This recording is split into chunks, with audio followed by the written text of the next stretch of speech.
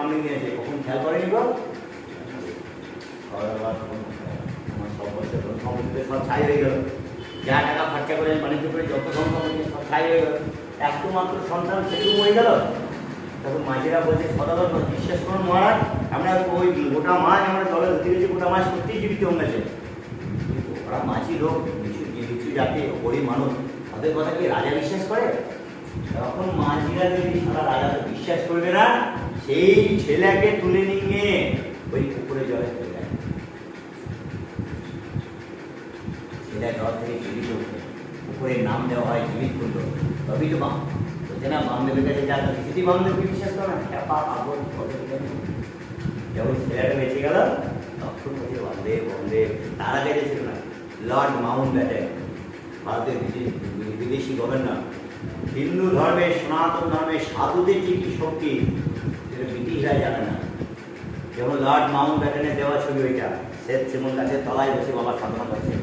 এটা হচ্ছে পঞ্চমুণ্ডির আসন, এই কানুয়ার এই রামদেবের মধ্যে কোনো লোক ক্রোধ কাম কিছু ছিল না। রামদেব সাধক ছিলেন, রামদেব ছিলেন সিদ্ধ মহাপুরুষ।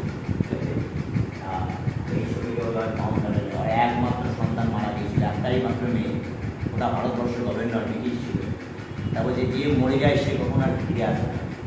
কাজের মেয়েটা ওর মা বউকে বলছে, ও তোমরা জানো না তারাপীঠে একটা সাধু আছে, তারাপীঠ তো নয় চণ্ডীপুর, চণ্ডীপুরে একটা সাধু আছে, ওর নাম হচ্ছে বামা ঠাকুর, তোমার মেয়েকে নিয়ে যাও, তারপর বেঁচে যেতে পারে।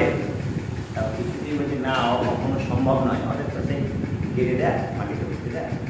তাতে মেয়ের মা যখনই কাজের মেয়েটা বলেছে, মার মন্ত্র সন্তানের ভালো করা থেকে মা শেষ পর্যন্ত যেতে পারে, জানো তো। তারপর যে যখন ও বলেছে তখন আমি একবার নিয়ে যাবো।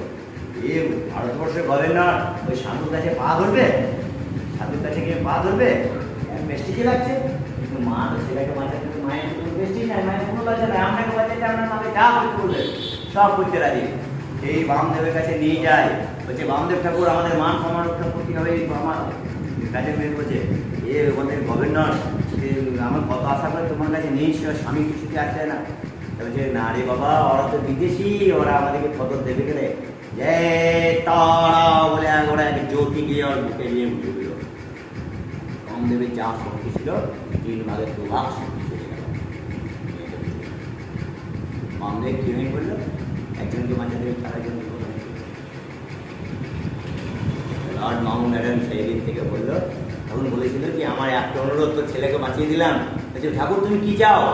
বলছে চারণ কবি মুকুন্দ দাসের মুক্তি চাই। পারবি দিতে? চারণ কবি মুকুন্দ দাসের নাম শুনেছ? ভারতের বিখ্যাত বিপ্লবী ছিলেন ভারত চারণ কবি মুকুন্দ দাস। বলছে ওর মুক্তি চাই।